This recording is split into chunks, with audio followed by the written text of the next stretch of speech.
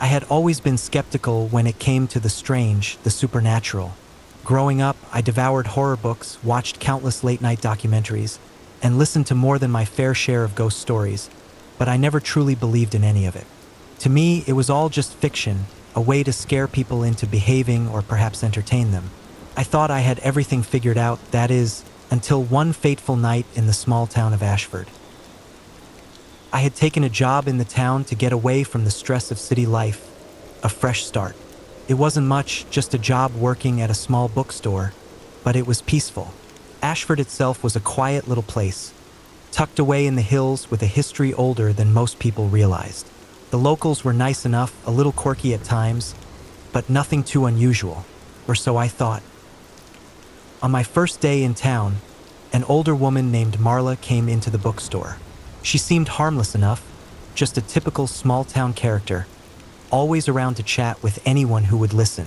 I remember her telling me about the town's history and the many rumors that swirled around it. Most people around here just smiled and nodded when she went on about the strange happenings, but I could tell she was serious. There were stories, she said, that the town had been built on land that was cursed, that the woods surrounding the town were home to things that no one should speak of. Of course, I didn't take her seriously. She was just a local with a flair for storytelling, I told myself. But as the days went by, I started to notice that there was something different about Ashford. People seemed to avoid the woods at all costs, especially after dusk.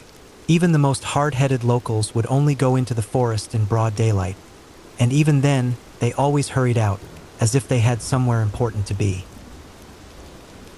I'm not a superstitious person, but that was enough to pique my curiosity. I found myself asking more questions. I asked around, trying to dig deeper into the town's history, hoping to find some explanation for the strange way people behaved. That's when I heard it, the story of the Hollowman.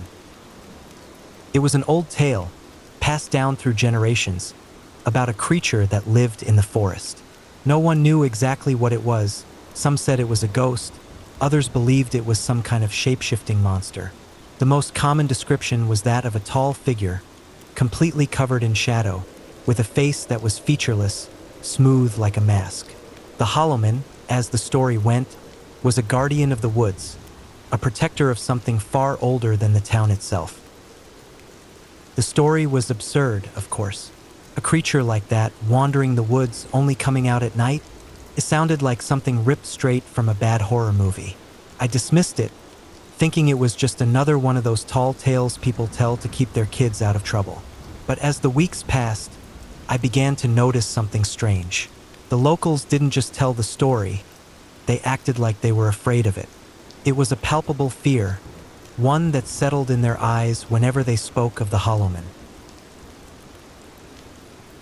One night, when the wind was particularly biting and the streets of Ashford were quiet, I decided to take a walk through the woods. I had heard the stories, and as much as I tried to laugh them off, my curiosity was getting the better of me. There was a feeling in the air that night, something different, something that made the hairs on the back of my neck stand on end. I knew it was silly, but something inside me told me to be careful. The forest was dense, and the trees seemed to grow closer together the deeper I went. The light from the moon barely pierced through the canopy, and the path I was following quickly became more of a suggestion than a clear trail. The air was colder here, too, much colder than the rest of the town. The chill seeped into my bones, and I found myself shivering despite wearing a jacket. It was as if the woods themselves were alive, watching me, waiting. I walked for what felt like hours, the only sounds being the crunch of dead leaves beneath my boots and the occasional rustling in the trees. I didn't know what I was looking for, but something inside me told me to go deeper, to push further into the forest. And then, just as I was beginning to question what I was doing, I found it. At first, I thought it was just an abandoned cabin, a remnant of some long-forgotten settlement. It was old, weathered, with boards missing from the roof and windows long shattered. But as I got closer, I realized it wasn't just any cabin. There was something about it, something that made my pulse race. It was like the air around the building was thick with an unnatural energy, a pressure that seemed to weigh on my chest. I hesitated, unsure whether I should go any further. But my curiosity won out. I pushed open the creaky door and stepped inside. The inside of the cabin was dark, filled with the smell of mildew and rot. The floorboards groaned under my weight as I moved through the small, musty room. There was nothing in there, except for old furniture that had long since fallen apart and piles of decaying wood. But as I walked toward the back of the cabin, something caught my eye. A doorway, barely noticeable, hidden behind a stack of old crates. Without thinking, I stepped toward it. The moment I passed through the threshold, a sudden chill swept over me, and I froze. The air had changed, and the smell of mildew was replaced by something far worse. Something metallic, like rusted iron. The small, cramped hallway led to a room that was completely sealed off from the rest of the cabin. I stepped inside, my flashlight shaking in my hand, and that's when I saw it. At first, I thought it was just a trick of the light, a shadow, a reflection, something I wasn't seeing clearly. But then my flashlight flickered, casting a fleeting beam of light across the room. And there, standing in the corner, was a figure.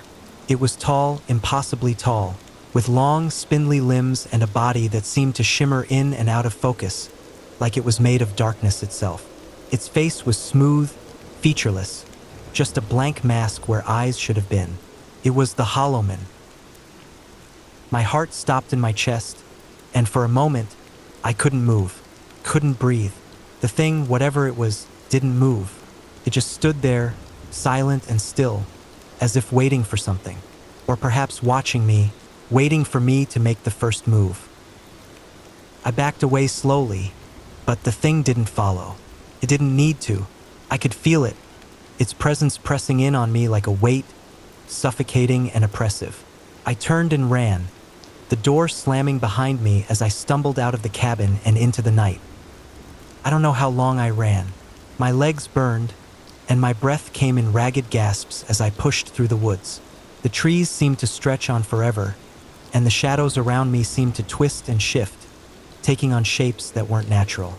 I kept glancing over my shoulder, half expecting to see the Hollow Man following me. But there was nothing there, nothing but the dark, empty forest. I finally made it back to the edge of the woods, where the town lights glowed faintly in the distance. I collapsed to the ground, gasping for air, my heart racing. I couldn't process what had just happened, couldn't make sense of it. But I knew one thing for sure. I had seen something that wasn't human. Something that didn't belong in this world. The next few days passed in a blur. I didn't sleep much, haunted by the image of the Hollow Man standing in that cabin, watching me with its empty face. I couldn't shake the feeling that it was still out there, waiting for me to return. I tried to talk to some of the locals about what I had seen, but no one would listen. They just gave me pitying looks and warned me never to venture into the woods again. And so I didn't. I stayed close to the town, avoiding the forest as much as I could. But I could feel it, feel the Hollow Man watching, waiting for me to come back. Every creak of floorboards, every gust of wind, every shadow that flickered in the corner of my eye sent me into a cold sweat. I couldn't escape it. I tried to leave Ashford after that. I packed my bags, ready to leave everything behind. But no matter how far I drove, no matter how much time passed, the memory of that night followed me. The Hollow Man was still out there, and I knew that one day it would find me again. The dreams started not long after I left the town. They weren't like any normal dreams, though they were vivid, suffocatingly real. I would find myself back in the forest, walking along the same path I had taken that night. The trees would feel even more oppressive, the darkness closing in on me, and I would hear those footsteps, the ones I had imagined the night I ran. Only now, they weren't just in my head. They were real, echoing through the woods, always just behind me, always just out of sight. And then, always, the Hollow Man would appear, standing just at the edge of my vision, its blank face staring at me with an intensity that made my skin crawl. I would try to run, but no matter how fast I moved, I could never escape. The forest was endless, the darkness closing in tighter with each step I took. One night, in the midst of a particularly vivid dream, something changed. As I turned to look for the Hollowman, there was no face, no figure standing in the shadows. Instead, there was a sound, a low, guttural growl that seemed to reverberate through the air, vibrating the very ground beneath me. It wasn't human. It wasn't animal. It was something else, something ancient and primal, and I felt it deep in my chest, the fear gnawing at my insides. I woke up, drenched in sweat, my heart hammering in my chest. For a moment, I thought I was still in the dream. I could hear that growl again, faint but unmistakable, coming from somewhere outside my window. I pulled the covers tighter around myself, but it did no good. The noise grew louder, closer. I tried to tell myself it was just my imagination, just a remnant of the terror that had gripped me in the dream. But the growling was real. It was happening right outside. With trembling hands, I grabbed my flashlight and crept to the window. The light illuminated nothing but the empty street, the same peaceful town that I thought I had left behind. But the growling, it was still there, low and rumbling, growing more urgent. And then, just as suddenly as it had started, it stopped. Complete silence fell over the town, and the hairs on the back of my neck stood on end. I don't know how long I stood there, staring into the dark, but eventually, I couldn't stand it anymore. I ran outside, but by the time I stepped into the cold air, the growl had faded into nothing. The next morning, I packed up my things. It was clear that I couldn't outrun the Hollowman, not with my mind still haunted by what I had seen, what I had heard. I left Ashford behind, but something told me that it wasn't over, that the Hollowman would follow me wherever I went. It's patient and it's waiting. So now, wherever I am, whatever I'm doing, there's always a part of me that's listening, waiting for the moment when the growl starts again, when the shadows start to move. It's only a matter of time before it comes for me. I don't know what it wants, but I know it won't stop until it gets it. I had always thought of Mount Adams as a place of beauty, a hidden sanctuary away from the world. There's something about the way the mountain looms over the landscape, an imposing yet peaceful giant. The thick woods, the rugged terrain, the solitude it called to me. It promised a kind of serenity that only the wild could offer. I'd been there a few times before, just day trips, nothing too serious. But this time, I came with a purpose. To get away from the noise, from people, and to lose myself in the stillness of nature. What I didn't realize was that sometimes, in seeking isolation, you might find something you're not prepared for. I arrived late in the afternoon, the sun low in the sky, casting long shadows that stretched across the forest floor. The air had a crispness to it, like autumn had already begun its slow, inevitable takeover. I unloaded my gear and set up camp a few miles off the trail, far enough from the main road to be free from the usual crowd, but close enough that if something went wrong, I wouldn't be too far from civilization. I had no plans to stay forever, just a few quiet nights alone. The forest was unnervingly quiet, but I didn't think much of it at first. The wind was barely a whisper, and the only sounds were the crunch of my boots on the dry earth and the occasional rustling of leaves in the distance. There wasn't a bird in the sky, no insects buzzing in the air, just an overwhelming, suffocating silence that hung heavy over everything. It felt wrong, like the forest was holding its breath, waiting for something to happen. I shrugged it off, convincing myself that the woods were just, well, the woods. It was probably nothing. Still, something gnawed at the back of my mind. It was the kind of feeling you get when you're not alone, but you can't see who's watching you. The kind of feeling that makes you glance over your shoulder even though you know there's no reason to. Nightfall came quickly, and with it, a sharp drop in temperature. I sat by the fire, the flickering flames casting long, dancing shadows on the trees around me. I tried to settle into the rhythm of the night, relax, let go, enjoy the solitude, but the feeling of unease lingered in the air. like a low hum I couldn't quite escape. It was getting harder to ignore, and the whispers of the wind seemed to carry with them more than just the rustling of the trees. There was something else. That's when I heard it. At first, it was barely a murmur, a soft voice carried by the wind. I thought I was imagining it, a trick of the mind brought on by the isolation. But then it came again, clearer this time, just a whisper, faint but unmistakable. "Tom." I froze. I didn't move, didn't breathe. It was as if the very air around me had stilled, as if the forest itself was waiting. My name, quiet, cold, distant, whispered from the dark. There was no wind, no movement in the trees, and yet I could hear it. It wasn't in front of me, behind me, or to either side. It came from everywhere, as though it were seeping out of the very earth, the shadows, the silence. A voice, not mine, not anyone's I recognized, but it knew my name. My heart pounded in my chest. My throat went dry. I stood up slowly, my hand instinctively reaching for the flashlight by my side, though I had no idea why. There was no one here, no one to call my name but me. Yet the forest felt alive, too alive, as if something was waiting, watching. I scanned the darkness with the beam of light, the narrow circle of illumination cutting through the trees, revealing only the twisted silhouettes of branches and shadows. Nothing. There was nothing there, but the air felt thick now, heavy with some unseen presence.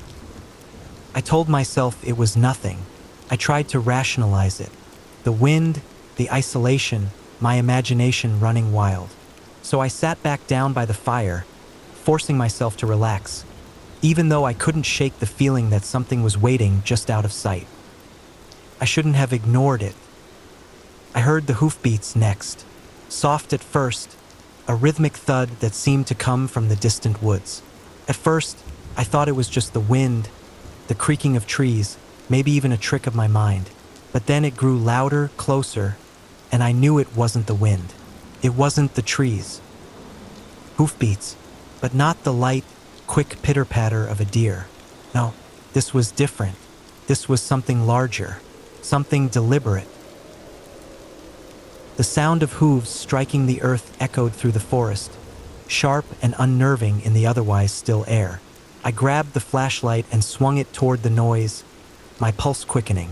But when I saw it, my blood ran cold. The creature emerged from the shadows, its form barely visible in the dim light. At first, I thought it was just a trick of the darkness, a figment of my mind, but then it stepped forward, solid and real. It was massive, a stag, but not like any stag I'd ever seen. Its antlers twisted and gnarled, spiraling upward like the roots of some ancient tree, its eyes glowing faintly, amber, like fire. There was something wrong with it, something unnatural. I couldn't move, couldn't breathe. The creature was watching me, its glowing eyes fixed on mine, unmoving. For a moment, I thought it might speak. Felt like it could, like it wanted to, but it didn't. It just stood there, its massive form looming in the darkness. My heart thudded in my chest, each beat louder than the last. I couldn't look away, couldn't tear my eyes from its gaze. It was like it was holding me in place, like it was waiting for something. Then, just as quickly as it had appeared, the stag turned and vanished into the trees, its hooves barely making a sound as it melted into the shadows. I stood there, frozen, the beam of my flashlight still trembling in my hand. I don't know how long I stood there, unable to move, my mind racing, trying to make sense of what I had just seen. It wasn't real, couldn't have been. It was just an animal, a big one. But then, why had its eyes glowed? Why had it felt otherworldly? The night passed in a blur, my thoughts a twisted mess. I barely slept, haunted by the image of those eyes, that creature. Every time I closed my eyes, I could see it again, its gaze following me through the dark. The next morning, I packed up quickly, too quickly. I wanted to get out of there, wanted to be anywhere but here. I couldn't stay. Not with that thing in the woods. As I made my way down the trail, I passed a few locals. They were friendly enough, the kind of folks who had lived here all their lives and thought nothing of the things people whispered about in the dark. But one older man, a hiker I recognized from previous trips, caught my attention. He watched me closely, his gaze sharp and knowing, and something in his eyes made the hairs on the back of my neck stand up. "You saw it, didn't you?" he asked, his voice low. I blinked, surprised. "What?" "The stag," he said, his tone almost wistful, as if he were speaking of an old friend. "It's been there longer than anyone can remember. Watching, waiting. Some call it the protector of the mountain. Some say it's much older than that. But it's not just a stag. It's something else." He didn't elaborate, just gave me a long look, and then walked away. I didn't say anything more. I didn't need to. I knew what he meant. I knew what I'd seen. And whatever it wasn't just watching the mountain. It was watching me. The weeks that followed were a blur of unease. Every time I closed my eyes, I could still see those amber eyes glowing in the dark, the stag's form shifting in the shadows. It wasn't just a memory. It felt like a warning, like something was still lingering, waiting for the right moment to return. And return it did. Started with dreams, vivid, terrifying dreams. I'd find myself back at the campsite, sitting by the fire, the air thick with silence. Then I'd hear the hoofbeats again, growing louder, closer. I'd turn, flashlight in hand, and there it would be, the stag, standing just outside the circle of light, its glowing eyes fixed on me. The same unblinking gaze, the same quiet presence. And it spoke. At first, I couldn't make out the words. It was a whisper, so soft that I thought I had imagined it. But then, in the dead of night, I heard the voice again, clearer now, calling my name. "Tom." The voice wasn't just in my dreams. It was there when I woke up, in the silence of my apartment, in the quiet moments before I drifted off to sleep. It was like it was following me, whispering from the corners of my mind, calling me back to the mountain, back to the place I had sworn to forget. The whispers grew more persistent, more urgent, until I couldn't ignore them any longer. It wasn't just the stag, it was something else, something far older, far more powerful. It had been watching me, waiting for me, and it wasn't going to let me go. I tried to convince myself it was all in my head, that the isolation had broken something inside me, that the forest had gotten into my bones. But deep down, I knew better. I knew the mountain hadn't finished with me yet. I could still feel it, the pull, the weight of the forest, calling me back. I never went back to Mount Adams. Not in body anyway, but in my dreams, I'm still there. I still hear the hoofbeats, still see the stag's amber eyes glowing in the dark, still feel its watchful gaze. And sometimes, just sometimes, I hear it whispering to me, calling my name. I don't know what it wants, but I'm afraid to find out. All I know is that the mountain is still out there, waiting. And one day, I fear it will call me back, and I won't be able to resist. Until then, I'll keep running, keep moving, hoping that one day, I can outrun the shadows. But part of me knows the truth. The shadows have already found me. I never planned on staying in Raven Hollow for long, but there's something about the place that gets under your skin, something that makes it hard to leave. When I first arrived, it seemed like the perfect place for a fresh start, a quiet town nestled away from the world. It was the kind of town you read about in old novels, where everyone knows everyone, where life seems to move at a different pace, a slower, simpler pace. At least that's what I thought. I had grown tired of the city, the constant noise, the rush of people, the never-ending grind. I needed to get away to find some peace. So, when I stumbled upon Raven Hollow while driving through the back roads of the mountains, it felt like fate. I found a small cabin on the edge of town and took it, not thinking too much about it at first. I didn't even know anything about the town's history, or the strange rumors that circulated about it. I didn't care. It was quiet, it was cheap, and I needed a break. The first few days were blissful in a way. I wandered around the town, taking in the sights, enjoying the fresh air and the slow pace of life. The people were friendly, though a little reserved, like they were all holding some kind of secret. I remember meeting Mr. Hargrove, the elderly man who owned the bookstore, on my second day there. He was the first person to warn me about the town's strange past, though at the time I thought he was just indulging in the usual small-town superstitions. "You're not from around here, are you?" he asked as I picked up a book from the shelf. His voice was raspy, as though it had been worn down by years of use. His eyes, though, were sharp, and he was looking at me with a kind of intensity that made me uncomfortable. "No, just moved here," I said, trying to sound casual. "Needed a change of scenery."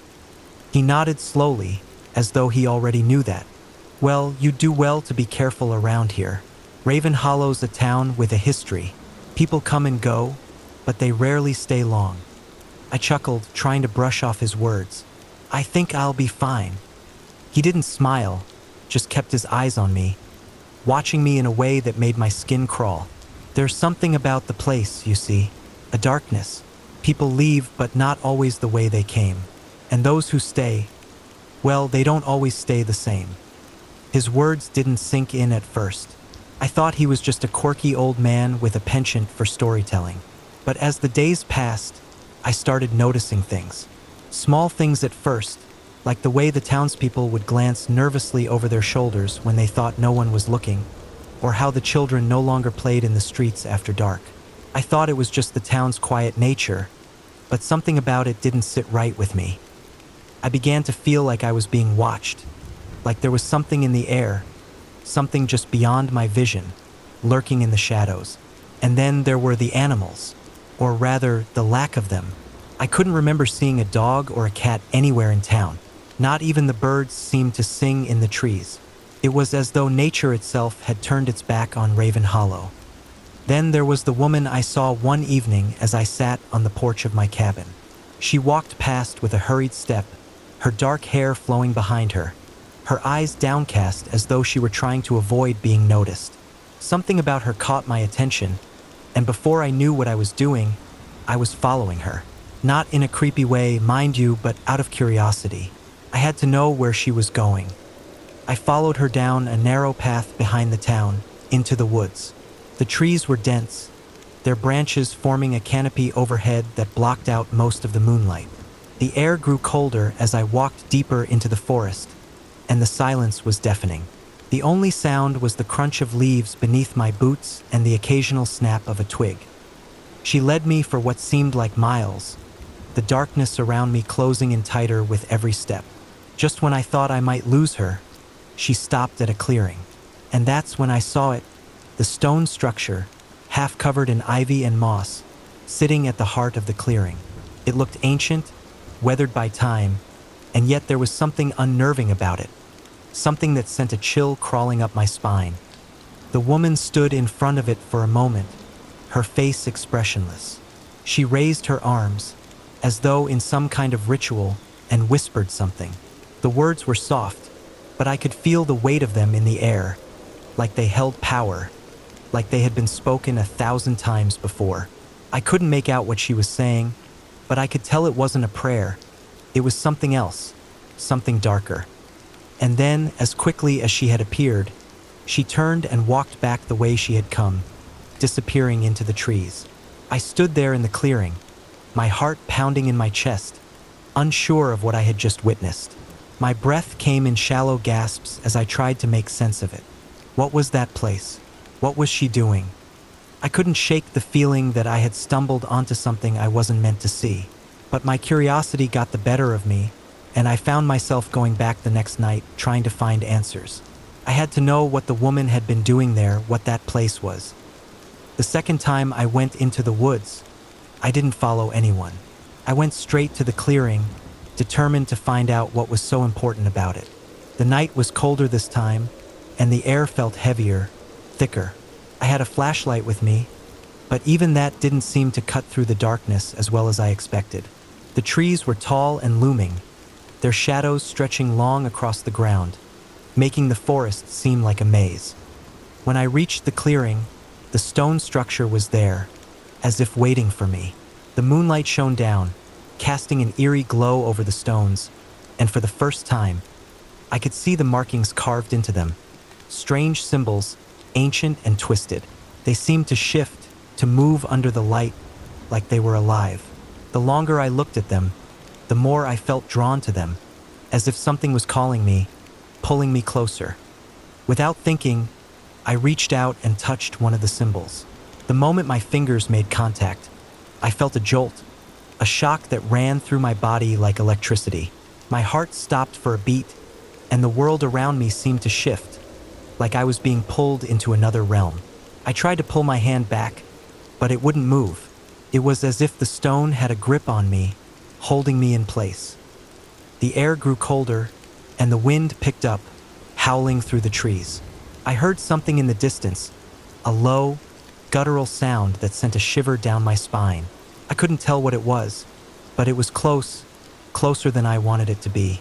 And then I heard something else, whispers, soft at first, like they were coming from the wind, and then louder, clearer. They were voices, ancient and hollow, speaking in a language I didn't understand. The symbols on the stone seemed to pulse, to throb with an unnatural energy, and I felt the ground beneath me tremble. Panic set in, my breath coming faster as I tried to free myself from whatever grip the stone had on me. But it was no use. I was trapped, my hand glued to the stone, unable to break free. And then, out of the corner of my eye, I saw it. A figure, tall and shadowy, standing just beyond the clearing, watching me. Its face was blank, featureless, like a mask, and it stood motionless, as if waiting for something. My heart raced in my chest as I tried to back away, but I couldn't. The whispers grew louder, the air thicker, and I felt as though the very ground beneath me was alive, shifting, writhing. I don't know how long I stood there, trapped in the grip of that stone, with the figure watching me from the shadows. Time seemed to stretch on forever, but eventually, the presence, the figure, faded away, and the whispers died down. The stone released its hold on me, and I stumbled backward, gasping for air, my heart pounding in my chest. I ran out of the woods as fast as I could, not looking back until I reached the edge of the town.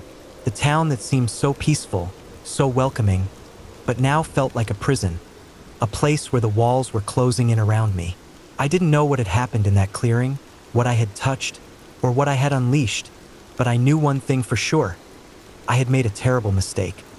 The next day, I went back to Mr. Hargrove's bookstore, hoping to get some answers.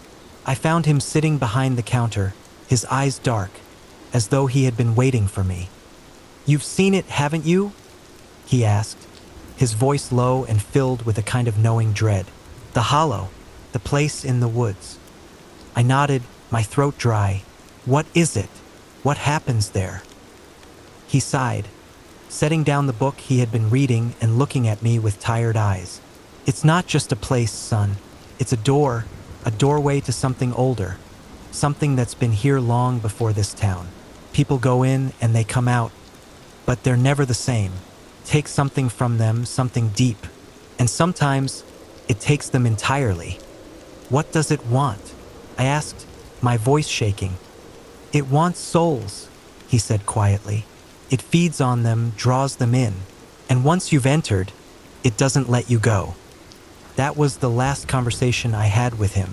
A few days later, he disappeared, just vanished like so many others before him.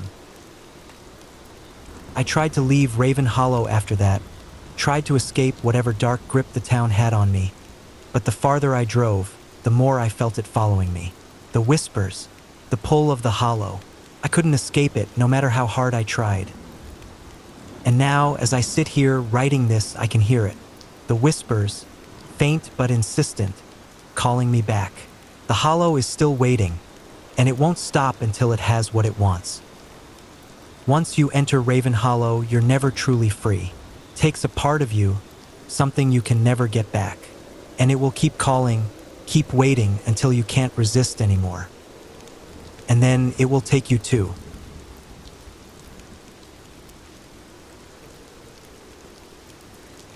I wasn't supposed to go to Blackwood. The town had a reputation, one that people avoided speaking of in public. But after hearing a cryptic mention of it from an old man at a gas station, something in me stirred. I couldn't ignore the nagging curiosity, that feeling you get when you know something's wrong, but you can't stop pushing forward anyway. I was driving aimlessly, passing through smaller towns and stretches of forested roads, trying to get away from the noise and demands of everyday life. Blackwood was supposed to be a shortcut, a place to stop for a bit of rest, maybe get a drink or two, and then keep going. But when I arrived, I found that the town wasn't like the others. It was off. At first, I thought I had simply misjudged the area. I thought it was just another sleepy, decaying town left behind by time. The buildings were old, and the streets were eerily quiet.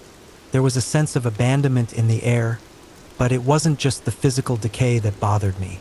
It was something deeper, something I couldn't place. It felt like the town itself was holding its breath, waiting for something. I decided to stop at the diner. I'd heard about the place from the gas station attendant, who warned me to be careful when speaking to the locals. That's when I started to realize just how strange things were. Inside the diner, there was only one person sitting at the counter, an older woman who looked like she hadn't smiled in years. She had this look about her, the kind of look that made you feel like you were intruding, even though you hadn't done anything wrong. I slid into one of the booths, trying not to look too obvious. The waitress didn't acknowledge me at first, and when she finally did, it was with an almost mechanical indifference. She handed me a menu and grunted when I ordered a coffee. As I waited for my drink, I noticed something strange. The town was too quiet. The windows in the diner were fogged up, the glass coated with grime. Outside, the streets were barren. No cars, no pedestrians, nothing. It felt like the kind of town where time had just stopped, and everyone had forgotten to leave. Then the door swung open, and in walked a man who seemed out of place. He was younger than most of the other people I'd seen around, his clothes clean and modern, like he didn't belong in this decaying world.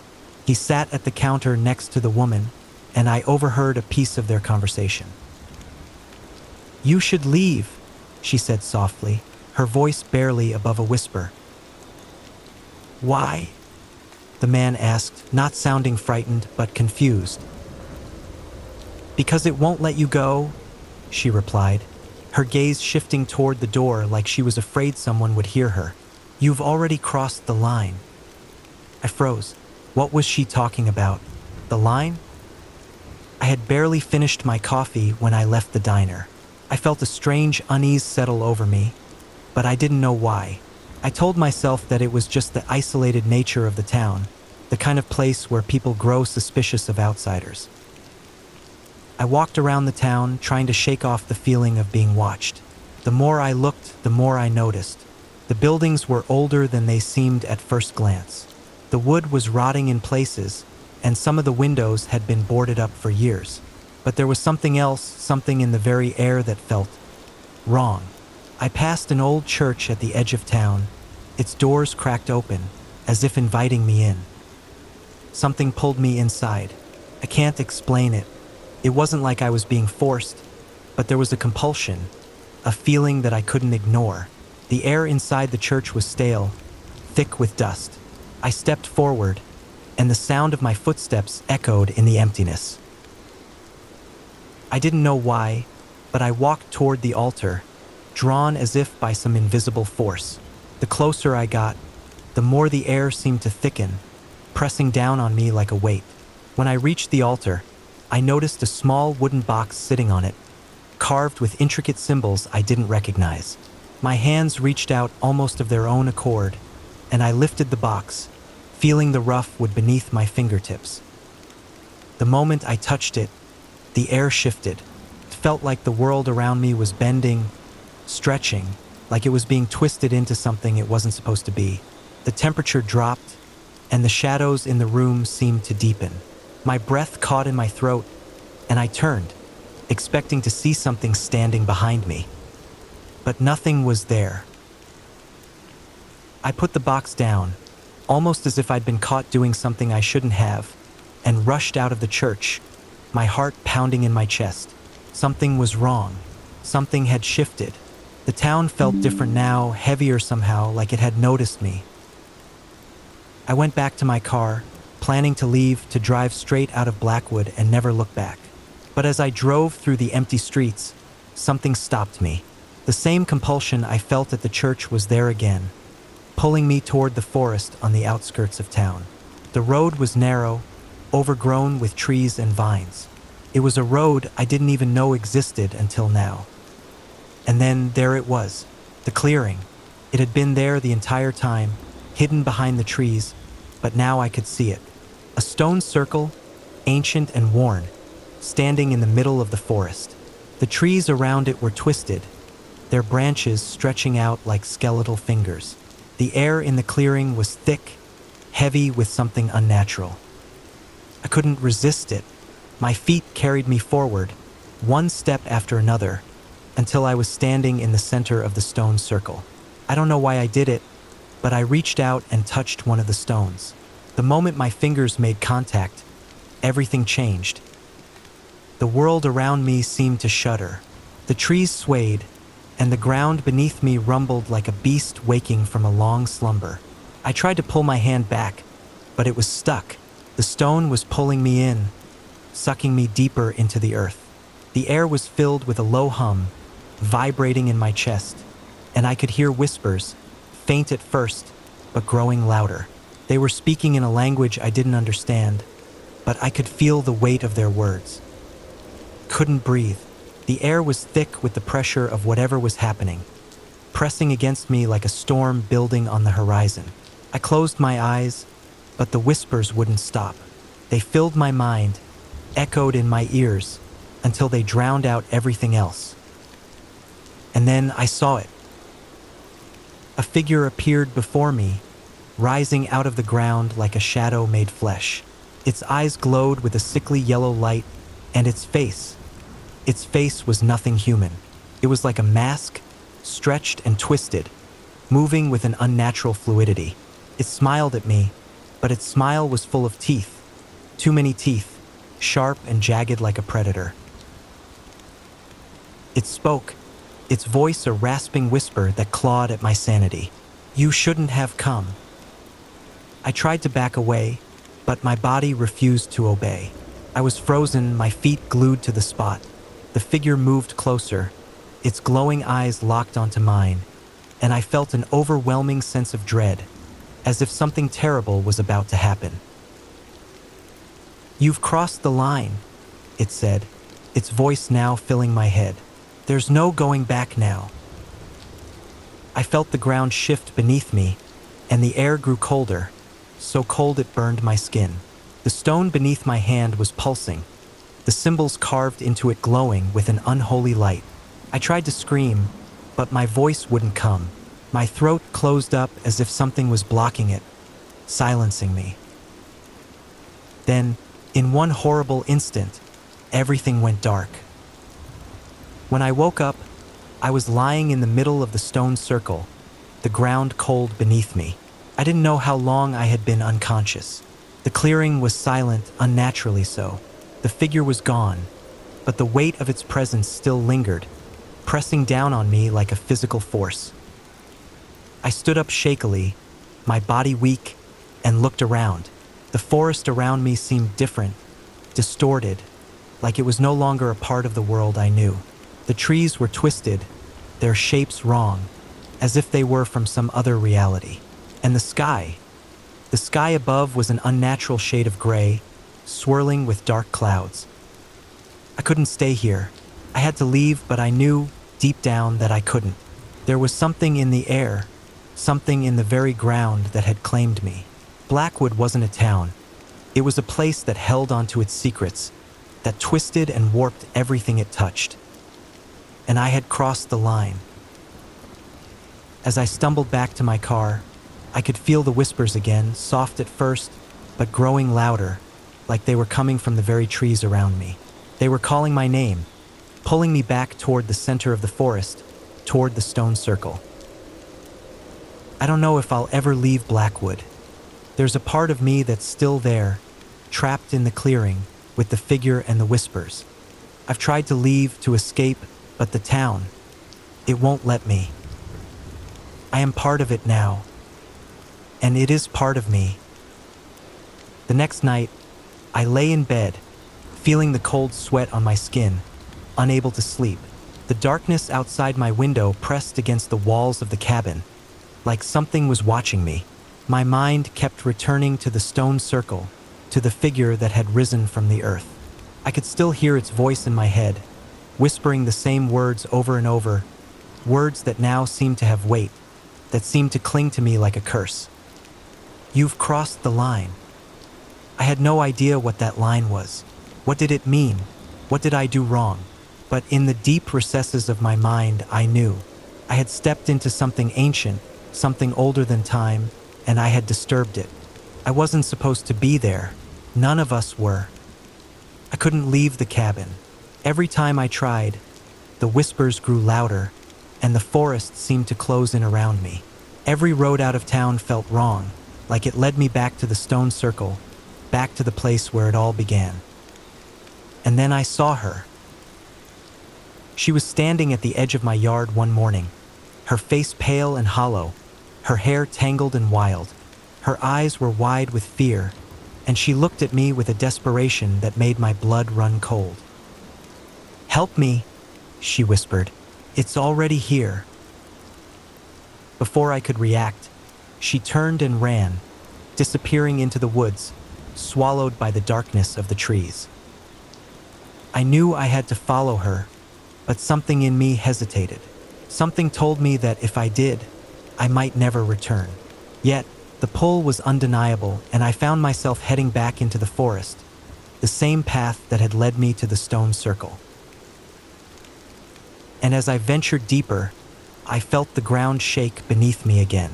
The air grew thick with that same unnatural heaviness, and I heard the whispers, louder now, almost deafening, filling the forest with their clamoring voices. I could feel it, whatever it was. It was waiting for me to step over the line again. I didn't know if I was ever going to make it out of Blackwood. But at this point, I wasn't sure I wanted to.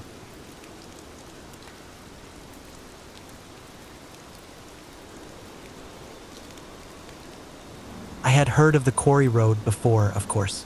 Everyone in the area knew about it, though most of them didn't talk about it unless they absolutely had to. It wasn't so much a road, really more like a forgotten stretch of gravel and broken asphalt that wound through the woods, leading to nothing. Well, nothing that anyone cared to mention. The locals called it the Ghost Road, though I couldn't say why. There were rumors, of course, there's always a rumor in places like this. But like most of them, it was just talk. People didn't want you to drive there, to make the mistake of going too far past the old quarry, and I assumed it was just to keep the area for themselves. I didn't think anything of it at first, as I was driving alone through the winding country roads.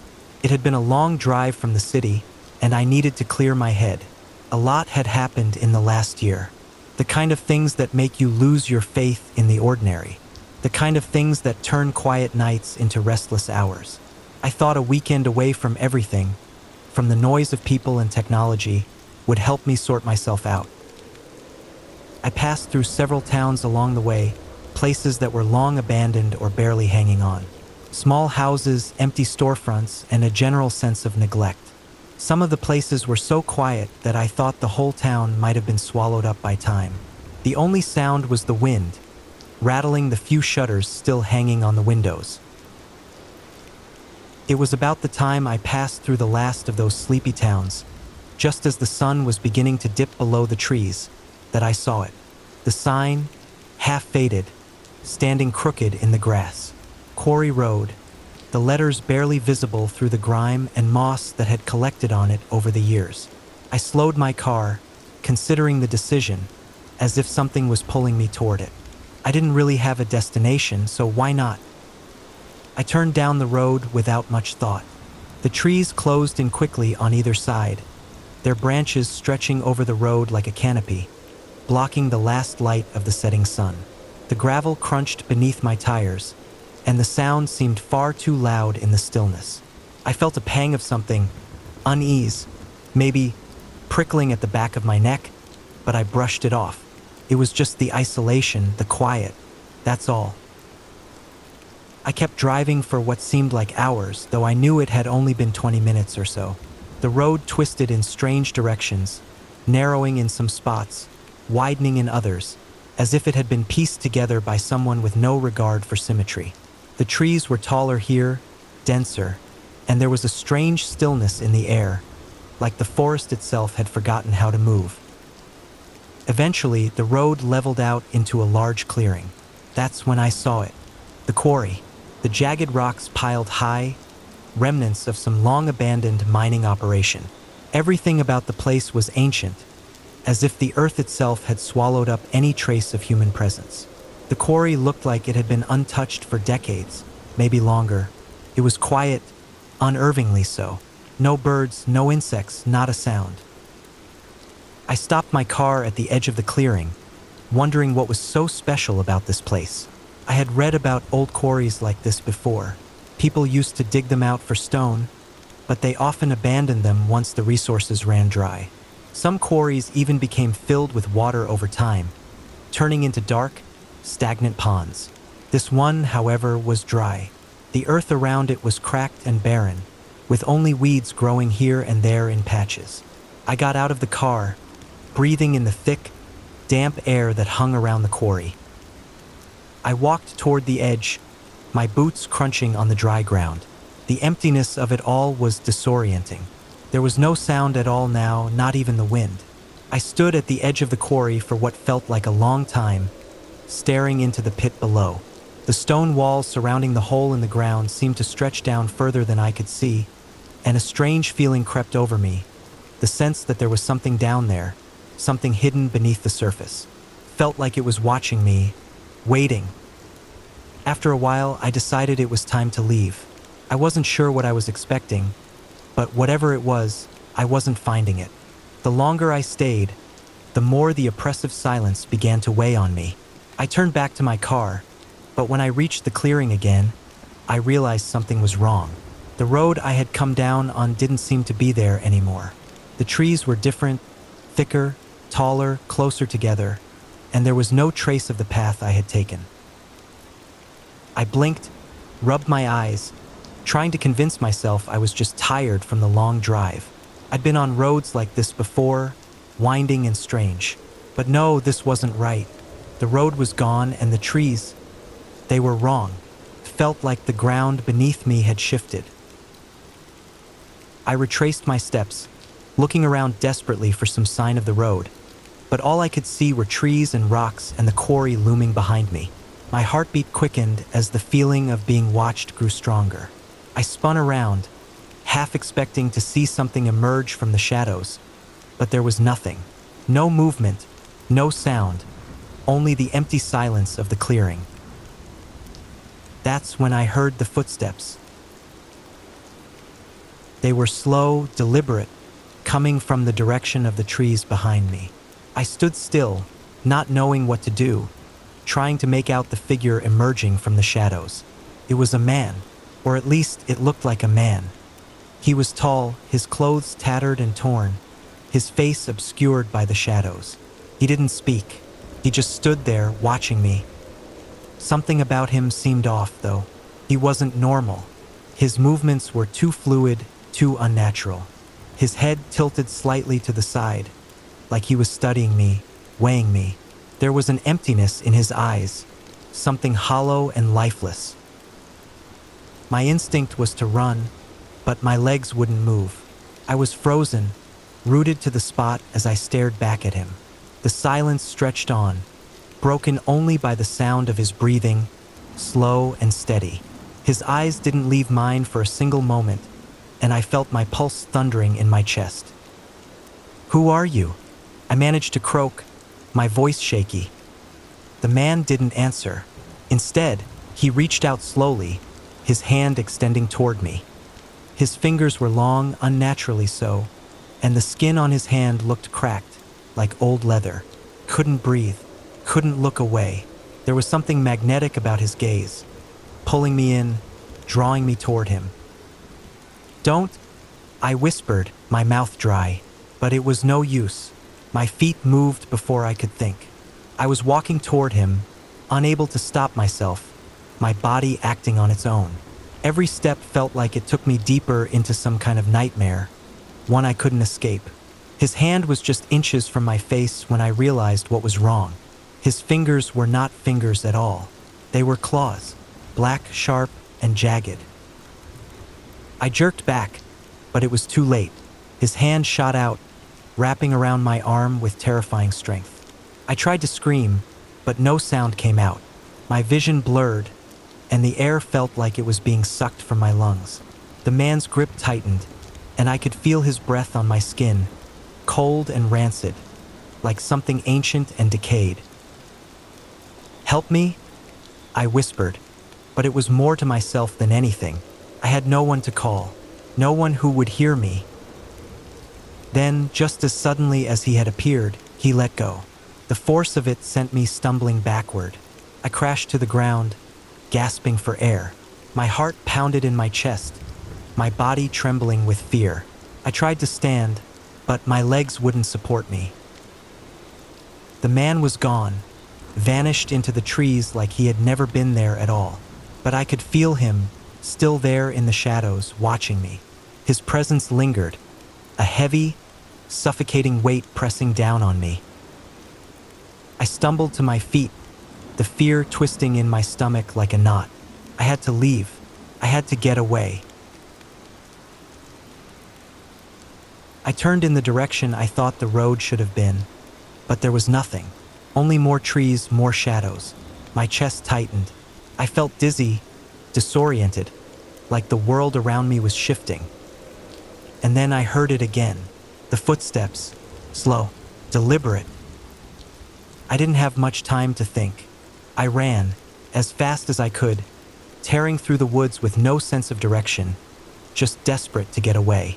The ground beneath me seemed to shift, and the trees closed in, blocking my path.